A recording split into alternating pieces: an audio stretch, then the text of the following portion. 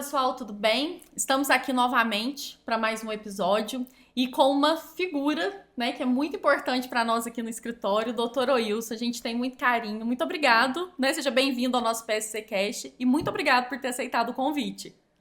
Olá, pessoal. Que coisa boa recebendo o Dr. Wilson. E o senhor tem um currículo muito extenso, Dr. Wilson? Eu vou ter que ler. Dr. Wilson, para vocês terem noção do nível dele, ele se formou em 81 e já em 82 passou a exercer o cargo de delegado de polícia em Três Corações e permaneceu lá até 1990. Em 90, passou a ser delegado em São Lourenço e lá se tornou delegado regional de polícia. Já em 92, o Dr. Wilson se tornou juiz substituto aqui em Varginha e assim permaneceu até 95, quando foi designado para responder pela comarca de Baipendi, com promoção para São Lourenço em março de 97. Em março de 2009, assumiu então a vara criminal de Varginha e aqui permaneceu até 2017, quando se aposentou e vem então exercer a advocacia junto ao nosso escritório para a nossa felicidade. Doutor Wilson, então hoje a gente quer bater um papo um pouco diferente com o senhor. A gente quer conhecer um pouco da sua jornada, saber como era a sua vida enquanto delegado, depois da magistratura, pode ser assim? Ok. Doutor Wilson, nós sabemos que algumas profissões, elas trazem mais prestígio, né? Às vezes mais visibilidades do que outras. E nós queríamos entender como que foi para o senhor essa transição de profissões, né? De delegado para juiz e hoje de juiz para advogado. O senhor sentiu diferença? Como que funcionou? Como que foi isso? Bom, primeiramente, bom dia, doutora Ayara, bom dia, doutora Shirley, né? Nossa ícone, CEO do escritório Chalfun. E bom dia aos demais que aqui estão presentes. Não há dúvida, né, que há um choque. Isso, eu quando formei, eu advoguei talvez uns 5 meses e me lembro que na área trabalhista. Mas foi muito pouco, foi só me preparando mesmo para o concurso de delegado de polícia, até porque na época já fazia mais de 10 anos que não tinha concurso. Então eu acreditava, né, e que seria uma grande oportunidade eu me dedicar para passar naquele concurso. E fui muito feliz. Realmente eu sempre digo que quando a gente cria um objetivo, você pode talvez demorar para conseguir, mas vai ser conseguido. Isso é muito tranquilo. Como delegado de polícia, naquela época, antes da Carta de 88, era diferente ser delegado, né? Nós tínhamos um poder imenso como delegado de polícia. Não é o caso de vocês, porque vocês são jovens, mas o Código de Processo Penal, no artigo 613, eu guardei tanto porque eu fiz tanto. Nós fazíamos os inquéritos policiais judicialiformes. Era uma coisa assim de doido, porque nós, na verdade, fazíamos o que hoje o Supremo está fazendo com o nosso ministro Alexandre. Porque nós fazíamos a investigação e fazíamos a instrução e julgávamos e encaminhávamos ao juiz apenas para que ele homologasse. Olha o tamanho do poder de um delegado de polícia. Até a Carta de 88, nós não precisávamos de mandado de busca e apreensão. Isso aí não existia no nosso calendário, vamos falar assim. Então o poder do delegado realmente era muito grande, completamente diferente das autoridades policiais judiciárias do dia de hoje, né? Em razão do poder. Existe uma outra questão também que tem que ser muito bem sopesada, que é a questão da personalidade de cada indivíduo ou autoridade policial, ou o cargo que ele está ocupando naquele momento. E eu, como delegado de polícia, eu sempre fui muito, até demais, atuante, né? É óbvio que quando você é por demais atuante numa determinada área, sempre você deixa fragmentos, né? Ou você deixa coisas que não poderiam acontecer até na tua vida particular, né? Isso, eu me lembro que quando eu aposentei como juiz, eu fui convidado para fazer uma palestra na EGEF e eu disse justamente isso. A questão da gente, às vezes, querer ser muito numa determinada área e a gente esquece o princípio basilar, que é família, né? Deus foi extremamente generoso para comigo. Por mais que eu tenha me dedicado a ser delegado de polícia e exercer com a autoridade, e quando eu digo que eu exerci com autoridade, já se passaram mais de 50 anos praticamente. E eu, de vez em quando, vou, principalmente na minha região, aqui em Três Corações. Fui fazer uma operação com o doutor Chalfun, e pessoas se lembraram, depois de quase 45 anos, da minha atuação lá em Três Corações. Então eu fiquei muito feliz de saber que realmente eu fiz uma diferença. Na região de São Lourenço, Caxambu, Baipendi, Aiuruoca, Cruzilha, porque eu trabalhei naquela região como delegado de polícia. Eu encontro pessoas que às vezes vêm me cumprimentar, e interessante que eu não as conheço, mas elas me conhecem, como a senhora mesmo fez aqui uma referência, a minha risada, né? E eu sou um homem de bem com a vida. Eu dou risada por qualquer coisa. Às vezes até para brincar com a criança, eu dou risada. E as minhas risadas, porque eu falo muito alto, elas são estridentes. E por serem estridentes, chama a atenção das pessoas. E mesmo quando o senhor lidava com causas bem difíceis, bem duras, né? Enquanto delegado, enquanto Sim. juiz, ainda mantinha Sim. esse senso de Eu humor. acredito que, bom, essa parte do delegado. Quando eu passei para juiz, eu pude perceber, sim, uma enorme diferença. Porque são poderes diferentes, né? Mas aí eu já passei pós-Constituição de 88, né? Porque aí nós já sabíamos que existiam regras bem definidas e que a gente tinha que estar dentro das 4 linhas, como diz o nosso presidente Bolsonaro, né? Eu tinha que seguir as 4 linhas. Não havia como, porque a gente traz ranço, como nós trazemos ranço da nossa infância. Nós trazemos ranço, às vezes, em razão do relacionamento dos nossos pais, né? Por mais que a gente não queira, mas nós trazemos e vamos morrer com todas aquelas coisas boas e as coisas ruins. A gente tem que ser forte para superá-las, né? Mas ela está ali junto conosco. É a nossa marca, é o DNA, né? Meu pai era um homem muito bravo. Um homem que falava muito alto. Por mais que de vez em quando eu digo para mim mesmo, um homem educado fala baixo, mas eu não consigo. Ai, Toro, eu passo pela mesma coisa, eu falo muito alto, é difícil controlar. Por mais que a gente queira, mas não consegue porque é da gente. É a marca do DNA, né? Então a gente traz. E eu, quando fui para a magistratura, eu não consegui, por muito tempo, me desvencilhar da condição de acusador. Porque um delegado de polícia, ele é um acusador, entre aspas. Ele é um acusador investigativo. Então eu tive uma dificuldade enorme, principalmente quando eu cheguei aqui em Varginha, né, que foi a minha primeira comarca, e eu sempre critiquei o tribunal, e eles sabem disso, porque eu sempre deixei isso muito explícito nas vezes que eles me deram oportunidade para falar.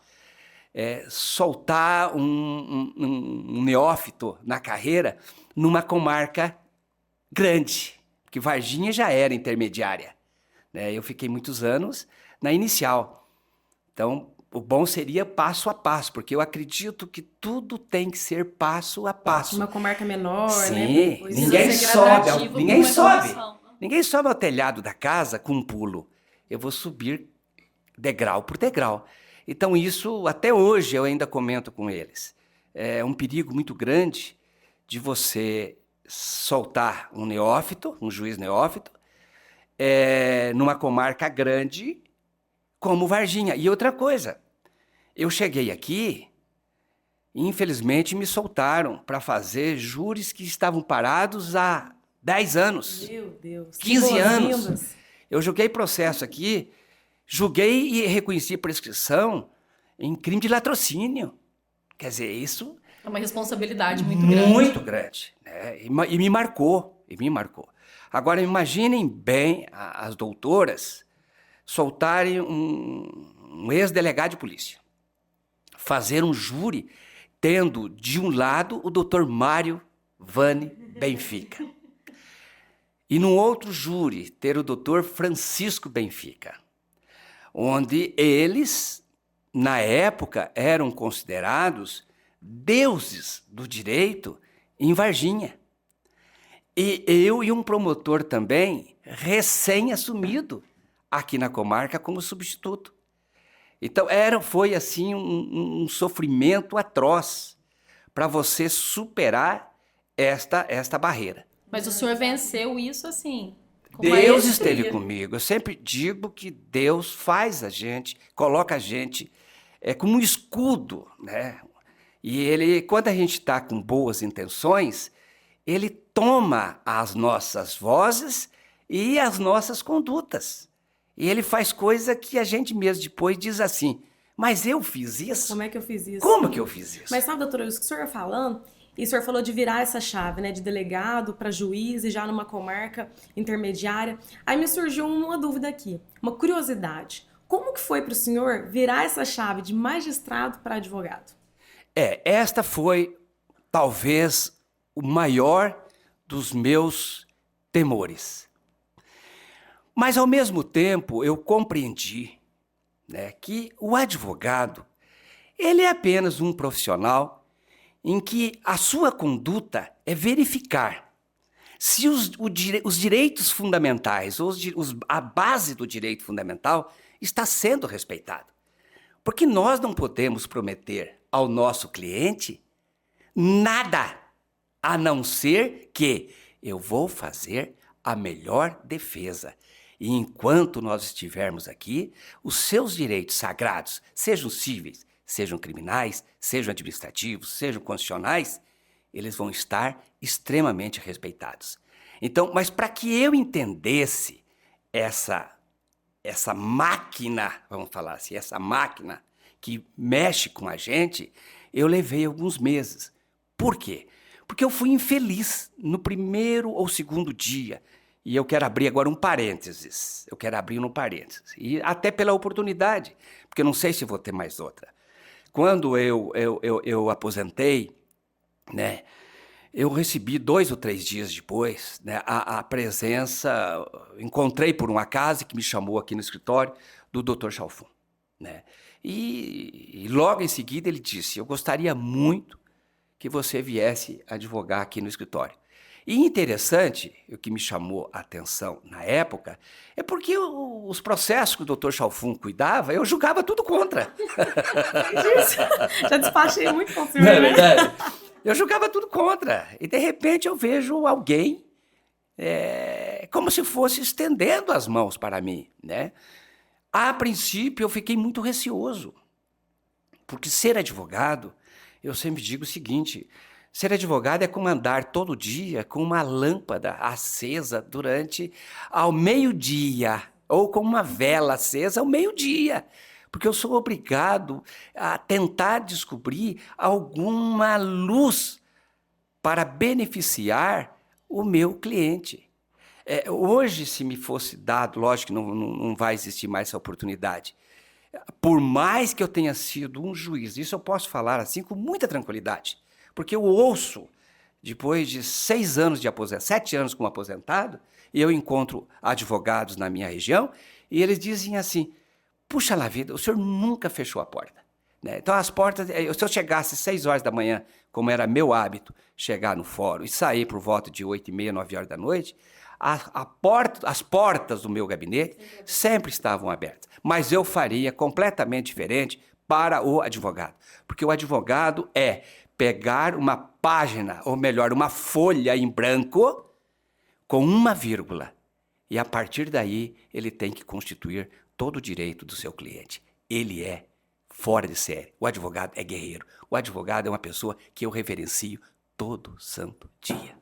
Doutor Oilson, então o senhor entende que, de fato, se o senhor tivesse advogado mais tempo, isso teria influenciado mais na sua forma de ser juiz?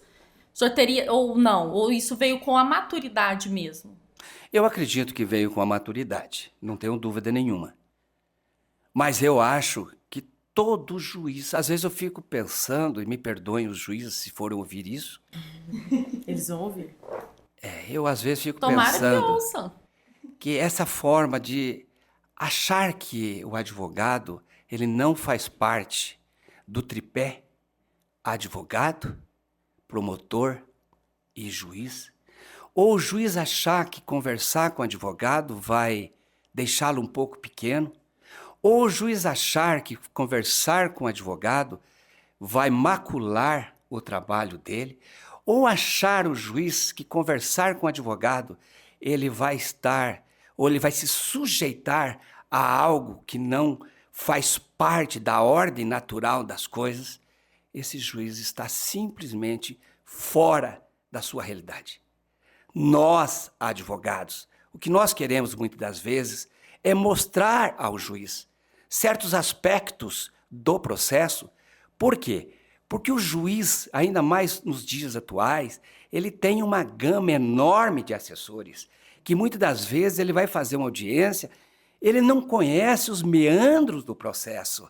E nós, advogados, nós conhecemos o processo de frente para trás, do meio, para onde for, de todos os lados, porque aquele processo é a nossa vida profissional que está ali representando. Então, às vezes, eu fico até triste, e eu quero deixar claro aqui que mesmo tendo sido juiz eu vou ser eternamente, mas juiz da ativa, muitas das vezes eu fiquei indignado quando eu cheguei em algumas comarcas aqui na nossa região, não na minha, da onde eu vim, e juízes me deixaram esperando meia hora lá fora. Eu achei um desrespeito, porque primeiro que eu sou um colega dele, segundo que eu não estava indo ali para fazer proposta indecorosa, que ele sabe que eu jamais faria. Terceiro, eu estava defendendo o meu cliente. Então eu lamento quando se fazem isso. Nós, advogados, precisamos de respeito, porque o promotor de justiça de qualquer das suas instâncias, ele tem a porta aberta do juiz de direito. Por que que nós, advogados, não podemos ter? Queremos o mesmo tratamento, nada mais do que isso. Então, para aqueles que estão buscando a carreira na magistratura, o seu conselho é que dê mais valor ao advogado, que dê mais atenção, que tenham portas abertas e entenda a importância do advogado ali para o tripé do judiciário? Eu não tenho dúvida. Eu acho que o juiz ele tem que analisar que aquele profissional que ali está na sua frente, ele está defendendo o direito e fazendo com que sejam respeitados os direitos fundamentais do cidadão. Agora, eu sei que é muito difícil, porque nós somos humanos, muitas vezes, notadamente na área criminal, muitas das vezes, e na área de família, também são áreas sensíveis, Nós estamos tratando de pessoas que muitas das vezes cometeram crimes, pessoas que muitas das vezes abandonaram seus filhos, né? Então, mas quem que está ali que representa aquela pessoa? O advogado. O ministro Barroso, há pouco tempo atrás, ele disse o seguinte: há necessidade de quebrar esse paradigma que existe dentro não só da sociedade, mas também dentro das instituições, de confundir o cliente com o advogado. Nós estamos defendendo o direito das pessoas. É um tripé. O promotor de justiça na área criminal, ele acusa. Nós, advogados, vamos o quê? Vamos colocar à disposição do magistrado que vai julgar os direitos fundamentais e as leis que podem beneficiar aquele indivíduo. Para que o juiz, ele vai fazer o quê? Na balança do julgamento, ele não tem nem mais e nem menos. Ele simplesmente vai analisar quais foram os pontos apontados pela acusação, quais foram os pontos apontados pela defesa. Imaginemos agora, vamos tirar advogado? A balança vai pender para um lado. E para que eu preciso de juiz? Eu já tenho acusação e já tenho condenação. E quem paga a conta é a sociedade também, né? Doutor Wilson, se o senhor pudesse deixar um recado para um colega da magistratura que está em vias aí de se aposentar e pensando na advocacia, que conselho, que dica o senhor daria para esse colega? Nós temos um grupo de 214 juízes e eu faço parte atuante desse grupo, né? É óbvio que nós, hoje, essa minha atuação é mais sobre os nossos direitos, né? Mas nós temos, eu recentemente, questão de poucos dias atrás, eu falei com o desembargador Nelson Messias, nós estávamos falando conversas amenas, e ele disse para mim assim: Wilson, nós temos nesse grupo 90% de juízes aposentados. E talvez não chegue 10%, e eu diria que não chega a 5% de juízes que aposentaram e resolveram abraçar a advocacia. Porque eu não vejo outra área que os juízes aposentados, o promotor aposentado não abrace com tanto calor, com tanta veemência, tanto quanto a advocacia, né? Então eu diria para essas pessoas que estão pensando em aposentadoria, primeiro, nós já estamos com mais de 60, 65, 70, 75 anos. Nós já fizemos tudo o que poderíamos ter feito nessa vida. Eu acho que está chegando o momento desses magistrados, desses promotores, que tiveram a dádiva de chegar até agora, de abraçar a advocacia. Porque a advocacia é um leque infinito das oportunidades. Mas eu digo que a principal oportunidade, a principal delas, é tentar ajudar aquelas pessoas que estão sendo injustiçadas. Porque existem aos milhares pessoas que estão sendo injustiçadas. Eu não tenho dúvida alguma. Pessoas que simplesmente caem num determinado processo e, por circunstâncias qualquer, são envolvidas de tal forma, onde Ministério Público, onde delegado de polícia, Ministério Público, simplesmente trucidam essa pessoa. E ai desse infeliz, se ele não tiver a presença de um advogado para tentar mostrar ao juízo, mostrar à justiça que os seus direitos, muitas das vezes, na grande maioria das vezes, foram preteridos na fase primária. Doutor Wilson, muito obrigado pela sua participação, por ter aceitado esse convite. Para nós é um prazer tê-lo aqui com a gente, né? Tanto no podcast quanto no escritório. Muito obrigada. A gente ficaria horas conversando com o senhor. É um privilégio quando a gente consegue encontrar no corredor, parar para falar um pouquinho, doutor Wilson. A gente precisa tomar mais café, fazer isso mais vezes. A gente vezes. pode ouvir sua risada gostosa. Exatamente. Que é uma risada verdade, é verdade. Muito obrigada por Muito compartilhar obrigada. a experiência conosco, doutor Wilson. E é isso, pessoal. Semana que vem a gente está de volta. Um abraço. Até a próxima.